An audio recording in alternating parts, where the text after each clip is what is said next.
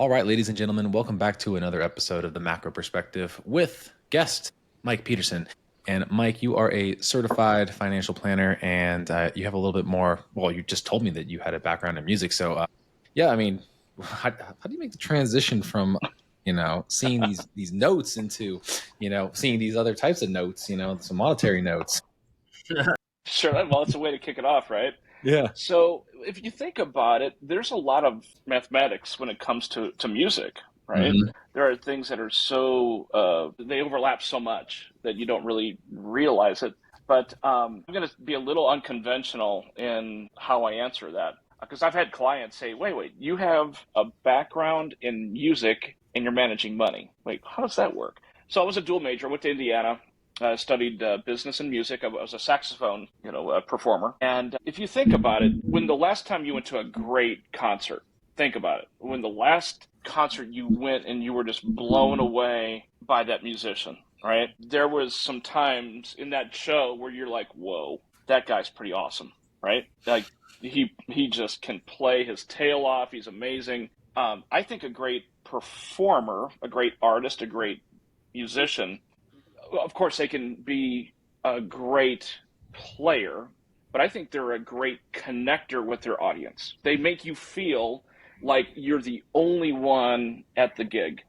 And it doesn't matter if you're in a 60,000 seat arena or if you're in a small club. A great artist, a great performer has a way of connecting with the crowd, right? And so that's actually what I hang my hat on as a CFP. A CFP has to not only be a master at their craft, knowing the numbers, or as a musician would know their instrument, but a great financial guy, I guess you could say, or gal. They listen to their client, they understand them, they connect with them. They can almost anticipate what their client's needs are and almost helping paint their own picture for them without the client even realizing it at times, helping them identify their blind spots in ways that they could not have identified on their own. Again, I know it's kind of a long-winded answer, but it's just a way to be a human and how do you connect with other humans, right? And I think that's the best thing that links those two. What does a great musician and a great financial person have to do? It's their ability to connect with people at the end of the day. Well said. I mean, that's the job of a coach as well, is that connection piece, and how we all tie it together is part of our upbringing and background. And it's funny you mentioned the math and music type of thing Right. because at even at the highest level of math. So I don't know if you knew this about me, Mike, but my degree is actually in mathematics, ironically enough, right? I And then did there's not know that. No.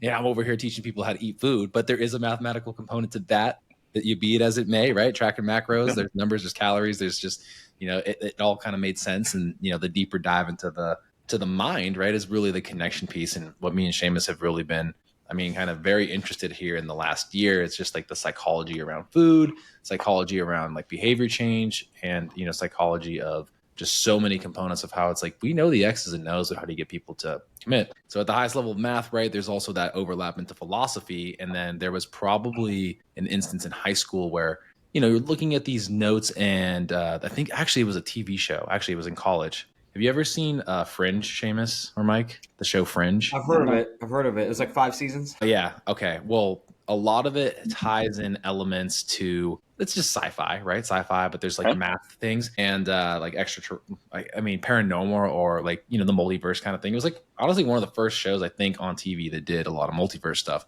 And there was one episode that tied in music and math to this level that really got me, thinking very deeply. I can't remember the number of the episode or the name of it, but I would highly recommend everyone that's listening to go watch the show and then understand, like, how a writer, right, tied together these very obscure concepts. And since that show, I've really appreciated writers even more. So that link, and then how people can, like, what's the word, kind of get that like visceral feeling around those different kind of components you don't think they would normally kind of go together. But Right. if you look at it now, look at music today. I'm super fascinated with like people that do samples and people that will pick apart, classical things and then like create a work of art from, like this digital medium where, they're talking about like hi-hats, timing, tempo. It's all like literally the way that they're making music now is based off of like number sequences. It's pretty interesting. So math and music. Hey, and now you're just painting the picture of connection and getting people to figure out, what they should be doing now to help them plan for 30 years from now, right? I'm a money coach. You might be coaches for the body, right? Mm-hmm. I'm just a coach of a different variety. That's all.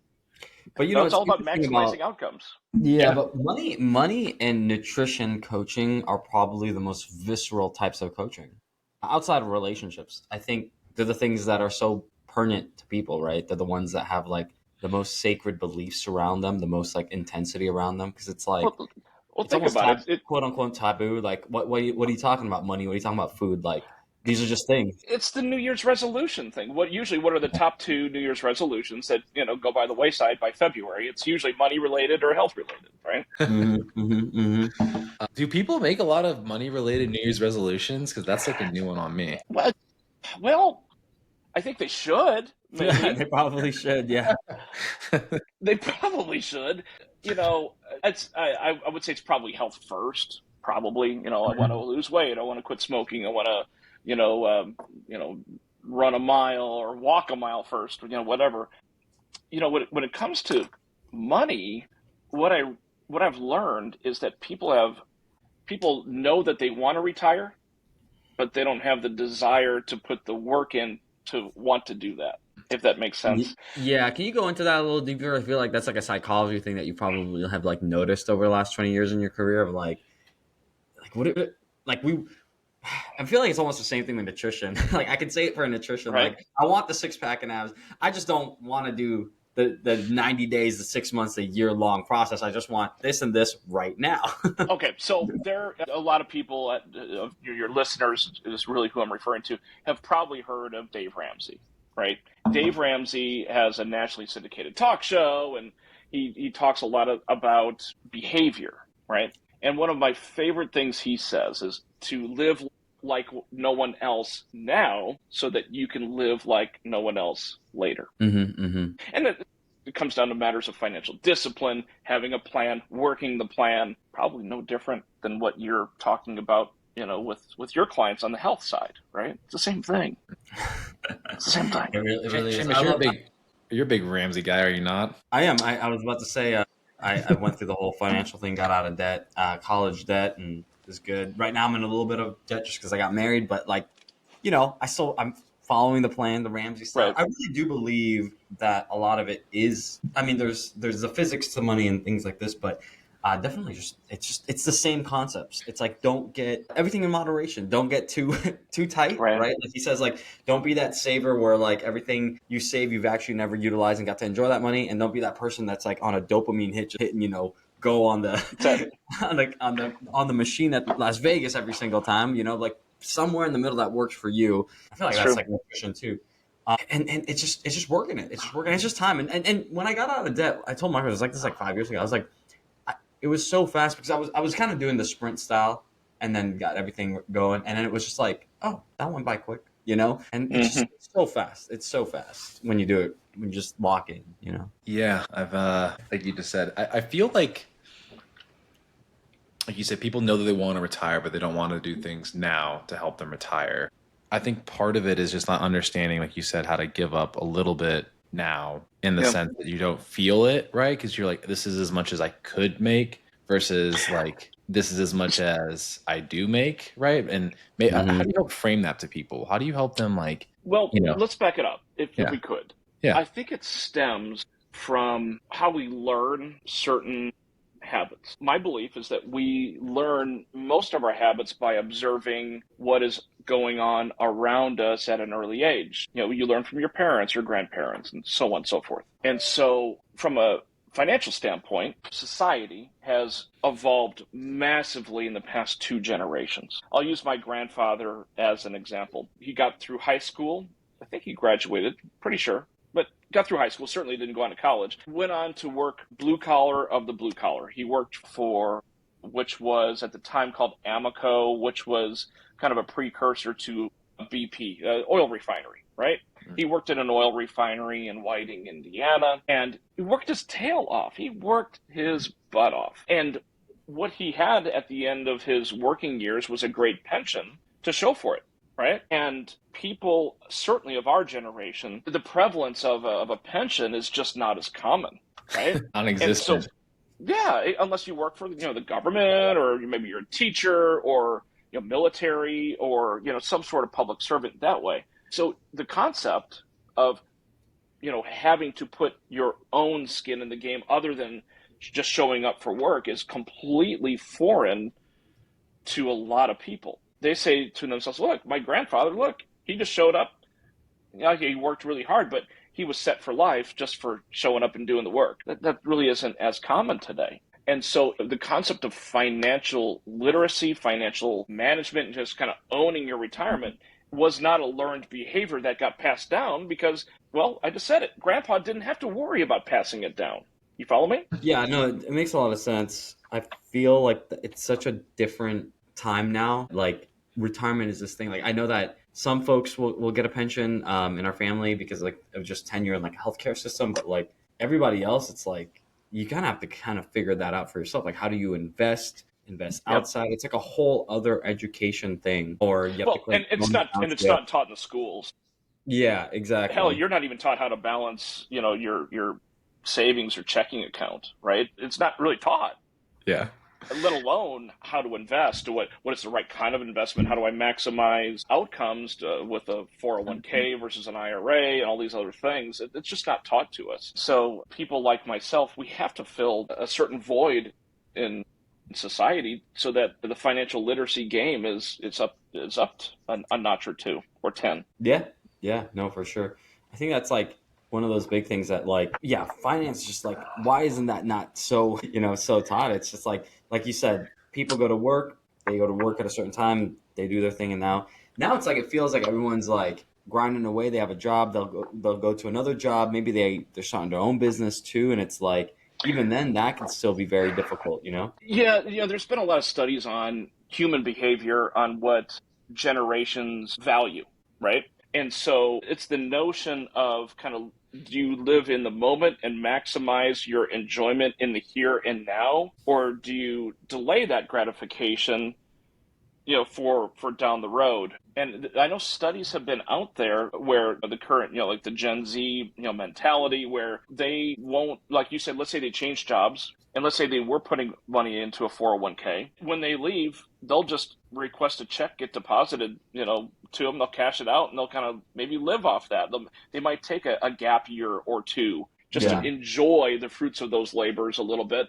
But unfortunately, I don't think they understand what that does to them from a long-term standpoint. It's kind of maybe a sugar high, Should they take that check and put it back into another 401k, like their own or whatever? Well, they can. They can do that. You can roll it to an IRA, any number of things. Yeah. Yeah, the point being, you put money aside, but then, and I want to get into the weeds on the technical stuff, but I'm assuming they're not 59 and a half. So that means they're going to be taxed on all of that money as ordinary income. And they're going to pay a 10% penalty on top of that. Oh, that's probably not the best decision that they could have made. That's tax on the earnings, right? Not necessarily everything's taxed. No shit. Okay. Not gains. The whole amount. That's assuming that it was just a regular run-of-the-mill 401k and not a Roth 401k. Right, those exist, but I'm talking to your run-of-the-mill traditional, been there, done that 401k plan. Yeah, you're going to be taxed on all that money as ordinary income, not as a capital gain. There's a big difference between the two. Oh, and to put salt in the wound, here's a surprise 10% penalty on top of that. So that's because you took it out too early, right? Correct. That's taxed based on at your current tax rate. That's exactly right. Okay. Whatever tax bracket you happen to be in for that year. 12%. Let's go, baby. I make no money, so it's all good. But still, so you're saying, well, how does that work then? So it's 10% on the total and then 12% on the total, like two separate ones, or is it like lumped together 10 and like 22%? It's everything you're going to have to reconcile when you do your taxes the following year. So it's the same. To me, it's the same thing. So it's fascinating. I mean, I knew that it's like you take a pretty large chunk, but let's just call it like a quarter of it ish, right? Kiss it goodbye, man. And then depending on what state you live in, don't forget to add a federal tax or a state tax on top of that. Seamus, don't cash out your 401k if you move jobs, bro. Dude, I know. I'm not doing that shit. Good thing I was on this call with Mike. If you're in I know, California, Mike, you're screwed, dude. You're 50% dude. gone. It's like winning One's like money half in of my Vegas. ass, bro. Like half my, it's like 37%. Michael, I did want to ask, because we were talking about different generations and different behavior patterns. You've been doing this for some time, so I feel like you've had the early 2000s to like mid 2020s now. What spending behaviors have you seen that you've kind of had to coach people up on a little bit, actually, like not just for retirement, but in the moment, like, you know, these patterns you've seen over the last 20 years and in between different generations, you know? So I started my career in 2006. So I'm knocking on the door of almost 20 years of helping people, you know, with their money. And if you think about everything that's gone down during the past 20 years, we've seen some stuff, right? You think about it, you know, you got the Great Recession, housing crisis, record unemployment, record foreclosures, and on and on and on. It wasn't too long after that, you've had, of course, you had COVID. It seems like every single year, though, there's something, right? Yeah. There's just something that wasn't on your financial, you know, bingo card that you could have anticipated. This year, there's tariffs, and, you know, it just take your pick, right? Yeah. Here's what I've learned as I've observed people. The best clients that I have, not in terms of raw dollars that they invest, but I'm just talking about those that have accomplished the most success, is they learn to use market downturns to their advantage. They say to themselves, okay, how do I use this crisis? There's got to be a way I can use it to my advantage. How do I do that? And so it doesn't have to be like this, Socratic, wise Yoda, prediction mentality, right? It just doesn't, it's not that difficult. It's usually about just making sure that you methodically invest, even when it doesn't feel good. I'll say that again. My best clients invest when it doesn't feel good. Yeah. And so let's go back really quickly to like 08, 09. Market melts down, a lot of people, it still gives them kind of shivers, right? But I look back, and there was really three types of clients. The first group got burned super bad. They literally said, okay, this is truly end of days. I've cashed my chips in, and I'll be on my way. So yeah, we would do that. They got hurt really bad. The second group, they turned out okay. They stayed the course, and most of those people were back to even, if you will, within a year and a half or so. But the third group really made out like a bandit. And that was, they truly said to themselves, okay, I'm going to continue to invest each and every month, whether that be as part of my K, whether that be as a standalone investment plan with me. And as we looked back on their success, the results were just staggering. And it's only because they had, some would say the guts, some would say the stupidity. Of course, I wouldn't say that. But they just had the courage of their convictions and knowing that they had to stick to their plan. Yeah. Yeah. And so my fear for some people is they let those events distract them. They let what the media says become gospel in their mind of what they should do with their money. This little news flash. I don't care if you're a CNN watcher or an MSNBC watcher or if you're a Fox News. They don't give a rip about your financial health. All they care about is ratings and making sure your eyeballs stick to their station through the commercial break. That's the truth. Sorry. Maybe I'm grinding an axe here publicly. But and I can say the same thing about politicians, by the way, regardless of what side of the aisle you're on. You got to make your own success, And Yeah. I think that's really what it's about, is sticking to the plan. Yeah. Don't let distractions get in the way of a long term. This stuff's going to pass. And guess what? Here's another news flash. Next year, it's just going to be some new crisis of the moment, right? Yeah. You have to put those blinders on and stick to your plan. Yeah. No, 100%.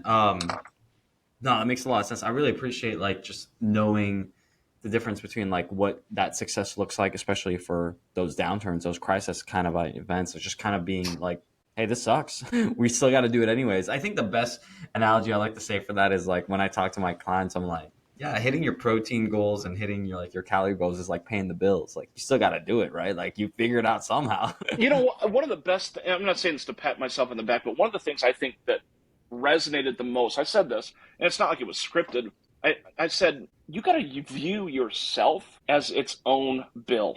And that bill is due every damn month. Yeah. Are you paying yourself or not? Yeah. Right? No, you're paying yourself by way of what, good nutritional health, but in my case, it's all about, are you viewing your retirement contribution as a non-negotiable bill that's got to be paid? It's hard, I think some people, right, Mike, like they just don't know how to view their future self. Like some people can like see 2 weeks into the future. Some people can see 20 years into the future. Like those are probably like the people that you want to hang out with, because it's like there. But it's also, like balancing like all these different things. I did want to ask, we're in 2025, money habits, I feel, or we're talking about future stuff and stuff like that. Do you feel that with the way technology is allowing us to spend money, people spend more? Like, for example, like the whole like just tapping your card or having your Amazon on the phone when you go to Whole Foods and like scanning that. Like, do you think that's like increased people's, like, have you noticed that within people that you work with, that like they're just spending more because it's so accessible as opposed to having to go get cash and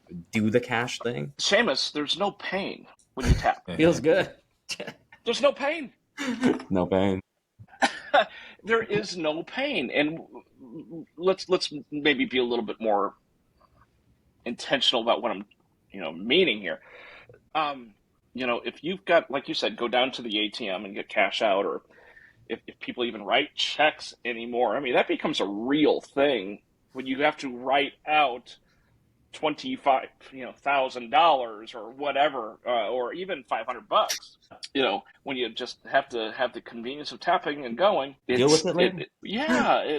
I think there's value in a little bit of pain and in having that embedded discipline in your finances. Yeah, no, for sure. I think it definitely is like the whole like seamless integration with like cash and different things. I feel like companies out there are trying to find ways to make you spend more faster, Sure. more often, and just make it easy and seamless. And then you just have to deal with the long-term outcomes. I do want to ask, and I think this is like an important one, relationships, relationships and money, always a tough one, but relationships and money in terms of the long-term planning, how does that work? How have you seen that work? Are there like, I know you're not necessarily like a lawyer, but like, are you seeing disputes happen with like where retirement funds go and like things like this? Yeah. So, at times I've kind of turned into a financial marriage counselor just a little bit.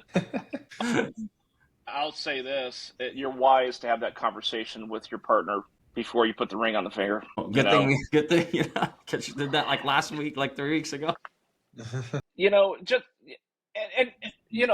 It's almost shocking that you wouldn't have had that conversation, right?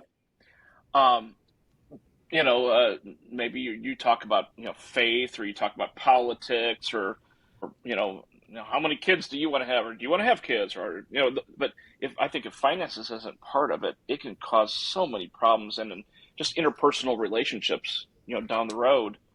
It's a big problem. And something else is, even if in today's society, a lot of my clients come from non-traditional family trees. They had a prior marriage with kids from a prior marriage, and so on and so forth. Yeah. And so we are sticklers about making sure that if it is a second marriage or third or beyond, that if something were to happen to them, that their kids don't get disinherited after they die. Because if you don't do it right, that's a real risk, right? Yeah. I haven't even thought about it like that. Dang, I wouldn't have even known that, dude. Well, think about it. Let's say, my wife and I, we've been happily married for almost, 22 years. We have one child, but what if I were to pass away and she gets remarried, what if, hypothetically, in that second marriage, she then dies, and her second husband, kind of is the beneficiary, right? Nothing would legally bind her second husband to keep my biological son and is part of the picture. Dang, I would have never thought about that. That's so in depth. Holy cow. It happens, man. It happens more than what you think. You haven't had the trust talk, Seamus, and I'm not talking about trust with your spouse. I'm talking about building a family trust talk with Desiree quite yet, have you? We have.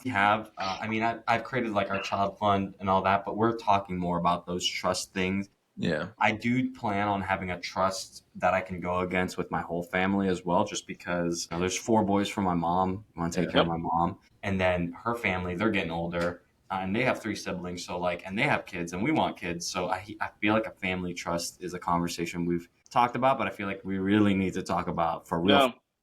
So this is kind of maybe a PSA. Again, I'm not a financial or stockbroker. I'm a CFP, certified financial planner. Now, that doesn't mean I automatically know the law. It doesn't mean I am, legally allowed to draw up a trust. But I have to know how to interpret it. Yeah. I need to know what maybe some of the blind spots are. Now, what I personally do is I'll partner with other trusted professionals, like an estate planning attorney in this case. But yeah, I need to be able to sniff those things out for my client, because it's a blind spot that you just said it yourself. I didn't know that, right? Wow. Wow. Dude, the questions that in our business networking group that Mike and I are in, that she was asking us, the estate planner, were kind of morbid, but also like you have to think of like worst case scenario, like Mike was saying, when it comes to like your family after you're gone, and also the other weird like things. What happens if you both go at the same time, or if that scenario where they would? Right, Marcos? Like you've set like your family things up and all that? I haven't set it up yet. I've had the conversations, just not in the financial position to actually pay the fees to do it at this moment. And it is what it is. But like the conversation got me thinking. I was like, oh wow, like this, I got to think about some weird things with regards to the estate. So I don't know if you really wanted this conversation to be about wills and trusts and stuff like that, but a trust, it gives you control from the grave. Mm-hmm. It makes sure that you have a voice even if you're not here. That's important. That's a good point.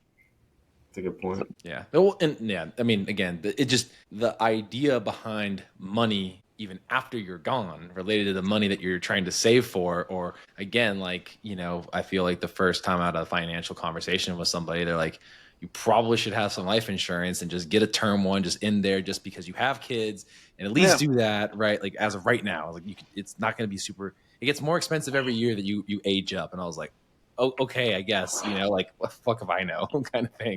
Right. And so, all those things to be said, that like conversations like this with people like you, Mike, have helped shape just like, again, I feel like the hardest thing for most people is the entry point, because we're so inundated with modern technology, and you think you're going to pick this is going to make you rich overnight stock, right? Yeah. Which is not really what you're going to probably talk about right now. Is like, don't pick on that. Go off of the numbers and what has happened historically, right? So I can go on to ChatGPT. I can go on to any number of AI engines, and it'll spit out, 10 different investment, ideas for me to put into my account, right? Here's what it doesn't do. At the end of the day, we're still humans. We're humans that are driven at times by emotion. And part of what I do, above and beyond just what you would think as far as the actual X's and O's of developing a plan for a client, is to make sure that we're managing emotion effectively. In other words, when it's hitting the fan financially, how can I essentially prevent them from doing stupid shit with their money? I feel like that's what we need for like the coaches, like an emergency on a Saturday night, right, Marcos, as nutrition coaches. Coach, I'm about to go crazy right now. What do I do? Don't go crazy. Yeah. Again, if I can prevent people from just doing really stupid, dumb things. What have you seen, Mike? What's the stupidest thing you've seen without like breaking any? When the tariff situation reared its head earlier this year, this is just because it's fresh. Big client, $6 million account. He has a unique set of circumstances. He did not grow up here. He grew up in the Soviet Union, when it was the Soviet Union. Okay. He lives here and so on. And anyway, he said, Mike, I need you to sell me out of everything and just put it into money market. I need that peace of mind. And I told him, I just don't think that this is a wise decision. And it goes on and on and on and on. As you know, this at the end of the day, I'm not going to like prevent him from doing that. I'm not going to say, no, I'm not going to do that for you. But bottom line is we executed it. We converted everything to money market. He triggered a big tax consequence for doing it. Okay. And then when he realized that the market was kind of back on track, the regrets, he said, Mike, I should have listened to you. I mean, what are you doing? And, I had people, again, back in the Great Recession, do the same thing. And what's hysterically funny, it's kind of funny. The Great Recession happened, how many years ago? 13, 14 years? Oh, wait, right? So it'd be almost 17 years, like 17 years. We still have conversations with clients that said, Mike, I will never doubt you. And this is like 17 years later. Yeah. Because you got them through the storm. You got them through the storm. It's just crazy. Again, managing the human element is something that just technology has yet to fully be able to accomplish. We are, at the end of the day, it's that human element. It's that human element. You could talk someone off a bridge, you could really connect with them, show them the nuance, the wisdom. Like, look, you're not the only one that's going through this right now. Like, a bunch of people are probably panicking. Take 10 deep breaths, just like chill, sleep on it.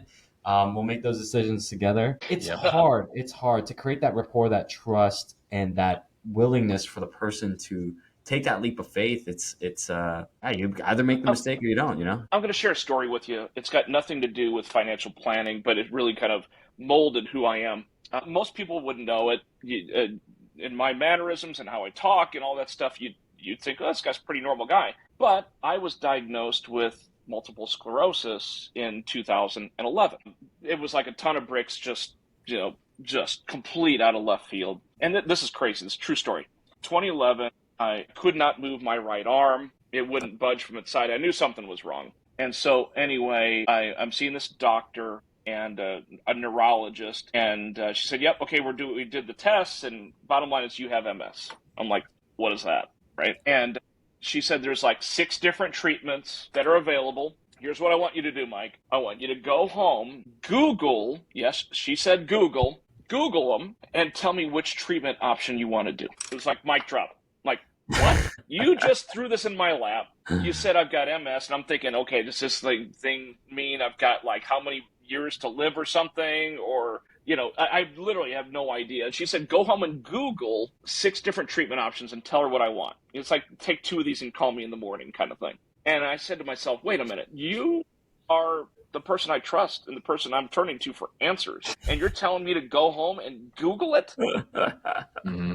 I'm thinking, what the hell just happened to me? This is like some alternate universe, Twilight Zone thing. And it was my sign that said, I'm not in the right spot. I am not in the right place for my care. This is just not going to work. That's just the healthcare system for you. It was horrible. Bottom line is I went to another doctor, got great care. And again, that my new doctor completely demonstrated that, she listens to me, understands where I'm coming from, and partnered with me on a treatment plan, and all these things. But I never forgot that. And I said to myself, in this day and age of emerging technology, it's great to use technology as a tool. Yeah. But if you're using it as the end all be all and you completely have eliminated your ability to communicate with other people, you're losing out. Yeah, no, it's so funny you say that. We dropped the podcast this week with our chief medical officer, Dr. Rafik Fadul, and it's exactly that story. I'm going to use the House example that he used. Like Dr. House to show the guy's like a savant, right? But he has like social issues that because he's so smart, people like overlook those social things to just because they're like, man, he's helping out all these people. Sure. Well, technology is going to make everyone like a savant in terms of like being able to get the right financial care, the right health care that people are not going to overlook that anymore. People are going to be like, no, I want to be spoken to with mannerisms. I want people to express, and I want someone there to listen to me and like affirm and believe and validate what I need to hear, just because then that's going to help me move my behavior in the way that's going to work the best. Because technology will give you the X's and O's, but it's going to be that person to collaborate with. Well, they've also tried this with some automized healthcare, and it didn't work because there's still this emotional attachment to a human delivering bad news or the good news. And, and you then being able to make the decision of like, I'm not getting my care from that person. I need someone else to kind of have a little bit more gusto with their speak about what's going on. Exactly. That's right. Yeah. So our equivalent is the term isn't really utilized as much, but robo advisors, right? Kind of it's the same thing. Yeah. So I mean, it's like you said, the emerging technologies in all these different spaces. And you're right. It's to allow for the practitioner of that particular field to do their job better. Right. Yeah. And, the people that aren't using the tools are going to fall behind because your ability to self-promote, self-educate, whatever it is, right? The barrier of entry is like, why aren't you using it? Everybody else is, but you have to find a way to also not let it do all the work for you. You have to put your own voice into it, which is, I think, part of the newfounded skills. People are like, whatever. Like, this sounds like it would be me. It's like, I mean, anytime I have a prompt and I try to, I did one today. I was like super specific and I was like, nah, it's still written by AI. It doesn't sound like I wrote it, bits and pieces. I'm like, okay with it because it was kind of hard to it was more, action based, but for other things, I'm like, I gotta go back and edit this. So it gave me the nuts and bolts. It gave me the skeleton that I can go put where my voice needs to be. But yeah, I think those whole type of approaches with, again, how you have that human connection with it and how you got delivered the bad news, right? And then you just said, you have 6 options to go pick one and go home and Google it. Well, it's the worst, dude. It's the worst. I couldn't believe it. It's like I've heard of stories, but that has to be a top one for me, Mike. The medical establishment. That is, hey, you got 6 options. Figure out how to do it on your own. Just let me know, bro. I'm like, why the F am I here? What are you doing for me? Yeah, what the F, dude? Yeah. Well, I mean, sucks to hear that that's what happened during that time, but it sounds like it also helped you understand, again, how you would probably approach something with problems in your career path, and then you found somebody that would hopefully approach it with that same type of background. People come to us when, something's going down. They had a death in the family, something major. They had a job change they weren't expecting. It's one of those things where people need me the most when stuff's hitting the fan. Let's just say it, right? And so I learned firsthand through that experience, again, what to do, but maybe more importantly, what not to do. Right. Yeah. Totally. Yeah. Well, okay. So then in this case too, like you said, we kind of weave through a few things that I kind of want to bring us back and then see a couple action steps maybe for people, because I feel like that might be useful. Pensions no longer exist to the level that they used to. Biggest growth happened, it looks like, around the late 1940s to 1960s. I was using some AI to kind of get some numbers here, and it was like, well, I can't really give you any statistics here. I was like, just make it up. Just give me something. It said roughly 40 to 50% of the private sector had some sort of pension, and it peaked around the late 90s, kind of transitioned to the rise of the 401k in the 70s, and then the 1980s to the 2000s when a dramatic decline happened, right? So like you just said, 2 generations removed, you had this huge turning point, and that makes sense because as my parents were stepping into the workforce, there had been this decline, like, oh, you do need to kind of try to take investing in your retirement seriously for yourself. And, my dad actually was like, when he had no money kind of thing, was just throwing bits and pieces at different things, throughout the years. One of the best stories, Mike, is that my parents were both managers at McDonald's. They both got 1 share of McDonald's stock back in the 80s. Mm-hmm. And they never touched it. They quote, they didn't really forget about it, but they forgot about it. Here we are years later, nearly 5 decades later, and it's split however many times. And I can't imagine the power of something that you just, could feel like you were throwing it away at that time, or it was inconsequential or so insignificant, to turn into a significant chunk of what it could, because you just don't know. And so that's also where this rise of technology, my mom didn't know. My mom hasn't really known because my dad had kind of been doing it in the shadows and had it in 3 different places with different people, depending on what it was. They decided to bring it all in-house to one person. Now it's on my mom's mobile app. And so as this turning point was happening this year with the tariffs, she was exactly like your client that you just shared. she's like, "Well, we gotta move into something and do all this stuff." And my dad's like, "Just no, we'll just give it time. You gotta like just wait it out. This isn't the first time. It won't be the last time." But you see that number and those digits on your screen, and there's some sort of psychology and fear that you're like losing money. But it's ebb and flowing all the time, right? It's just that maybe if you're that type of person where it really gets to you, maybe you shouldn't have it on your device and every time you open your banking app. Just saying. You don't need to look at your account often if you have those things automated, right? Like that's what my person says. It's just like, dude, just automate that and dip. Just look at it later. So how do people get started, right? I mean, for me, some of my advice was like, hey, your employee match with the 401k, make sure you can maximize that first. And then, someone was like, hey, like they had like kind of stepping stones, and I'm still kind of at like step 2 or 3, but maybe there are some ways that people could just get started, So there is a regimen. Number one, make sure you've got an emergency fund, even if it's just as basic as $1,000. Have that set aside. And I'm saying before you start investing. For most people, 1,000 is a good starting point, but it's still not sufficient. But at least it's something, right? Again, what you're trying to do is you're just trying to establish good behaviors when it comes to your money management, right? And so good behaviors, at least start with something. Next up is to attack debt. Okay, now I believe that not all debt is bad. Credit card debt is fundamentally different than if you have a mortgage, a 30-year mortgage at 3%, right? Completely apples and oranges different. Yeah. So not all debt is bad, in my opinion. But, I think, get started, and start as early as you can. Even if it's just 10% of your wages, right? That's a great starting point. My rule of thumb is if you do work for someone that has a match, you have to take full advantage of that. That's free money. Max it. If you don't take advantage of that, you're an imbecile and you're making a major mistake. Yeah. Please take advantage of that. But then you start to say, okay, well, I'm doing that, and I've got that worked into my budget. What's the next step? Well, I think the next step probably is to see if you can max out at least a Roth IRA for yourself every year, right? Mm-hmm. That's tax-free money for you down the road, including the gains, right? Yep. Tax-free never goes out of style, you guys. Let's go. Okay? Let's go is right. And then once you've got that, kind of dialed in with maxing out the Roth, then go back to the 401k and start to ramp it up to try to max out the 401k. And then we can kind of spend a lot more time on some other nuances that in the interest of time, we won't really hammer on too much. But I think if you can really start working on those, 3 or 4 things, that's going to get you far ahead.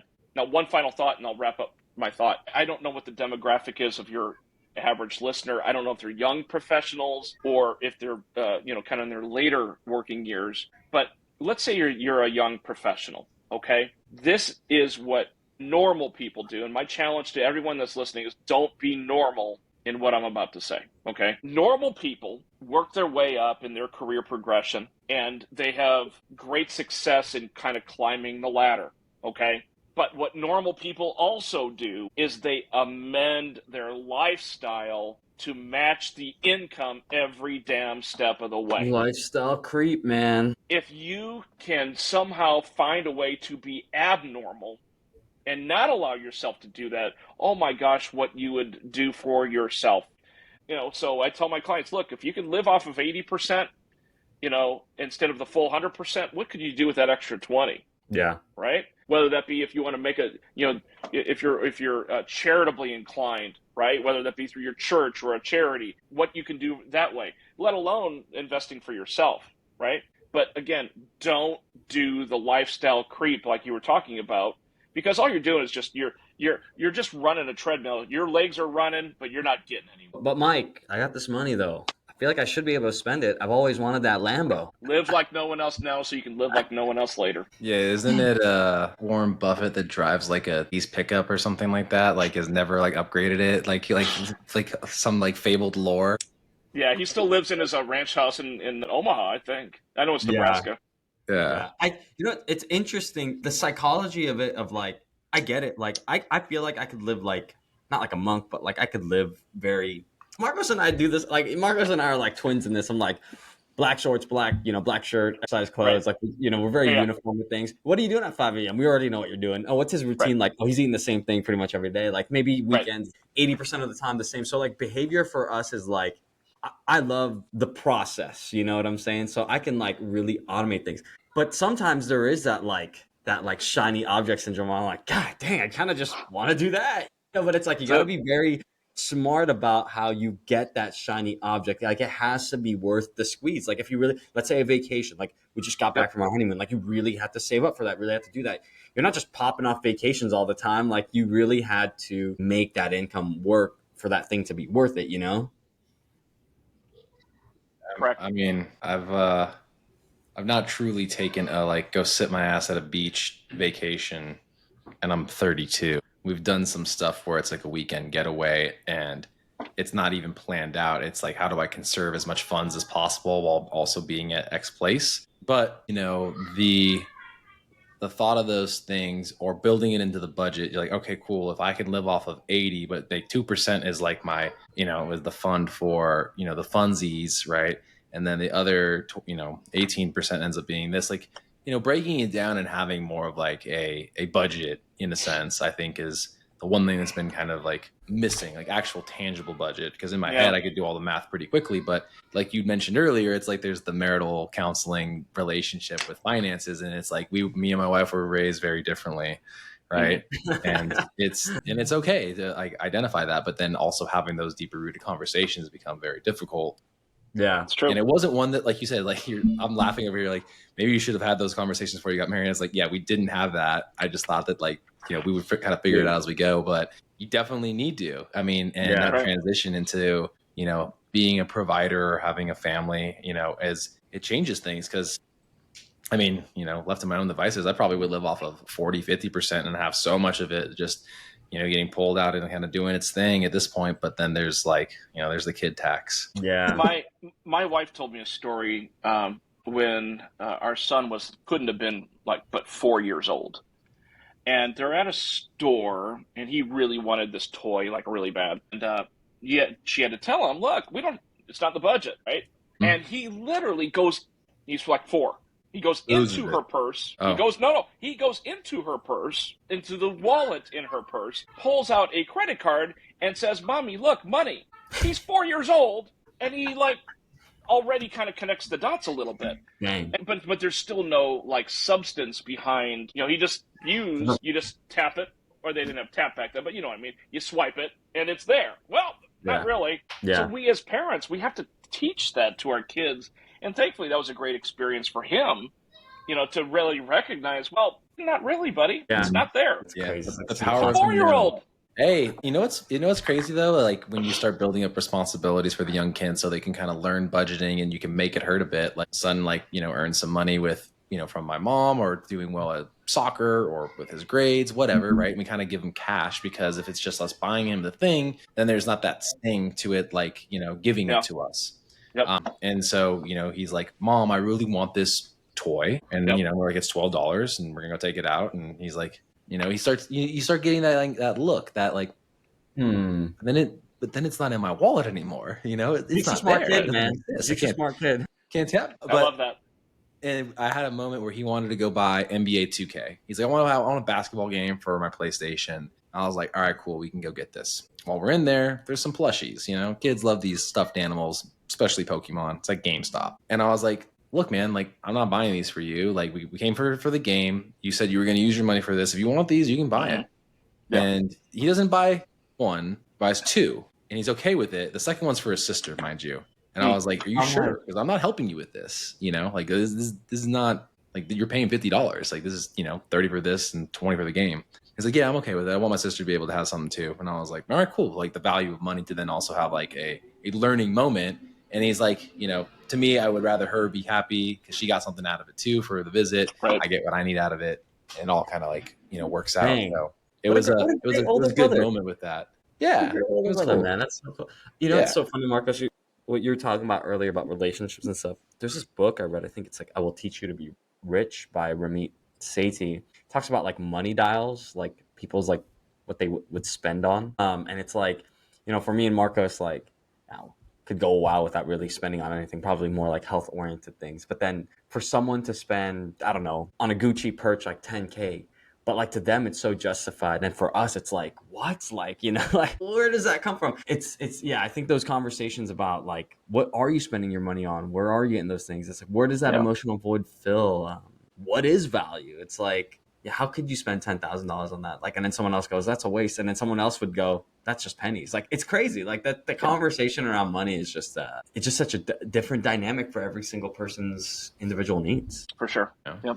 And again, not to kind of go back to full circle a bit, as a CFP, that's my job, is to find out what are their goals. And not all their goals are going to be for 70 years down the road. So point is if you can at least have a plan to execute on, you know, spending money doesn't have to be taboo as long as it's got a place, right? And even then, if you know that there's like, you want to save and you don't want it to just go into a savings, I know there's other like vehicles, like you said, the money market type account, where it's like, you could just kind of leave it there. And then you kind of get to the point, well, I actually didn't, you know, I thought about it. Like I was going to buy this $3,000 purse and I got to the point where I'm going to go buy it. And I was like, kind of, you know, my wife doesn't want it anymore. All right, cool. Let's just move that into something else. Like there's maybe some value into like waiting and letting it build up in another account. And there's so many ways to like deal with like the mom and feel good about it. Cause I mean, I don't have $3,000 to just go, you know, buy another Gucci purse. Seamus, you brought up that visceral memory for me where I bought my wife, you know, a purse when there was more money to be had. And I tell her, I was like, you ever going to like take it out? She's like, yeah, it's only for special occasions now. You know, Dude, this is the thing that I talk about all the time. It's not with my wife, because my wife's not like that. My wife's more like me, even better than me, to be honest. She's like super functional and super like future investment oriented, better than I am. But like there are some people that like every time there's a 10,000 purse, like Gucci, like boom. But then I go, it's been years. I'm like, I've never seen that purse been used before. Like, where is it? I kid you not, my wife in her closet has like these like hermetically sealed cubes that she keeps her Louis in, right? And I'm like, oh my God. But the purse market's a weird one though, because it can grow in value depending on apparently the designer. It's like the certain things are kind of timeless and like they don't necessarily depreciate, they can appreciate, right? So it's like they're like, hey, Mike, it's just an investment. It's just an investment into a woman's a happy wife. Happy life, but it's 10,000 out of your pocket for real. Yeah, that's a philosophical question we don't want to have time for. Is how do you reconcile happy wife, happy life versus an actual, you know, bona fide plan here? That's like we need that for like a round 2 or something. Yeah, maybe some bourbon too. Off the camera. Well, you know, thanks for hitting on some like key points and talking about those things and just like the psychology. I think it's always fascinating to kind of hear, you know, someone else's view of like the psychology of money. And like you just said, I think that generational difference and gap in how, you know, businesses were set up to kind of take care of you in the long run. And now it's really on you. But then you go back to like schools aren't teaching this. Where do you get that education? You can go home and Google it. Yeah, like your medicines. Better yet, it's on a dire medical concern. Yeah, I mean it's 2025. You don't need to Google. You can Gemini it. You know, you can have the new age Google product, right? Yep. But even then, it's not going to keep you accountable. You know, you still need that person, right? And again, it doesn't reconcile the human factor, the emotional element. It just doesn't. Yeah, people want to call you up and say, "Hey, Mike, like I'm feeling some type of way about this. Like, just talk me off the ledge." Like, absolutely, right? Like, absolutely happens all the time. I'm sure. Yeah. Even with me doing some getting coached today, same thing. It's like got me thinking. I'm writing stuff down. How am I identifying these things? Right? Like there's so much value to that. You know, or you will get an answer to the question you ask, but it doesn't ask the the ancillary questions that are kind of around the bend, right? It's like almost it's getting an answer with blinders on, where you're not getting the bigger picture. You're not getting the holistic answer as it relates to the big picture. You're getting an answer to a very specific question. Plus, you don't get the wisdom. Like, you don't get the wisdom. You get, like, optionality. You go down route 1 or 2, which works for you. But, like, Mike, you can go, I've been doing this for 20 years. This question has been fielded to me a million times. This is how it's gone for these people. How do you want it to go? And this is your personality. You seem like this type of client. You should go this way. Like, you know, like, it's never going to get that. Yeah. Yep. Yeah. Well, and finally, financial planning is a process where the answers that I give to you today will likely evolve as you kind of progress down the road of life, right? What made sense for you 5 years ago doesn't necessarily mean that it makes sense for you in the here and now. Oh, yeah. Hey, There it is. every quarter something changes. The 1 year, 5 year, 10 year plans are constantly changing. Your workspace, all that stuff. You're right. It's just it's a being growth minded. Mike, again, thank you for hopping on here and Absolutely, giving us an guys. hour of your Appreciate the time. invite. I hope it was worth it. I enjoyed it. Oh Yeah. no, Hey, we get so much out of it. I get so much out of these things, Mike. Like I didn't know any of these things. Every time we have a conversation, right, Marcos? It's like, dang, like Hey, we got to I learn. didn't know any of that. This is our student session, right? It's killing a bunch of other birds in the process too, which other people don't know about, which is fantastic also, right? Or other requirements. So thanks for letting us do it in this format. And if anybody was looking to find you, Mike, is there like social media or a website that you want to like shout out right now? And then obviously we'll have that linked in the video link as well. Yeah, you could. I am a co-founder of the Hickory Group, which is a financial planning team as a part of Ameriprise Financial Planners. So you can Google my name, or if there's that Google thing, Mike Peterson, Hickory Group out of Las Vegas, and you'll be able to find me there through that. We have our practice's website and so on. So you can find me that way.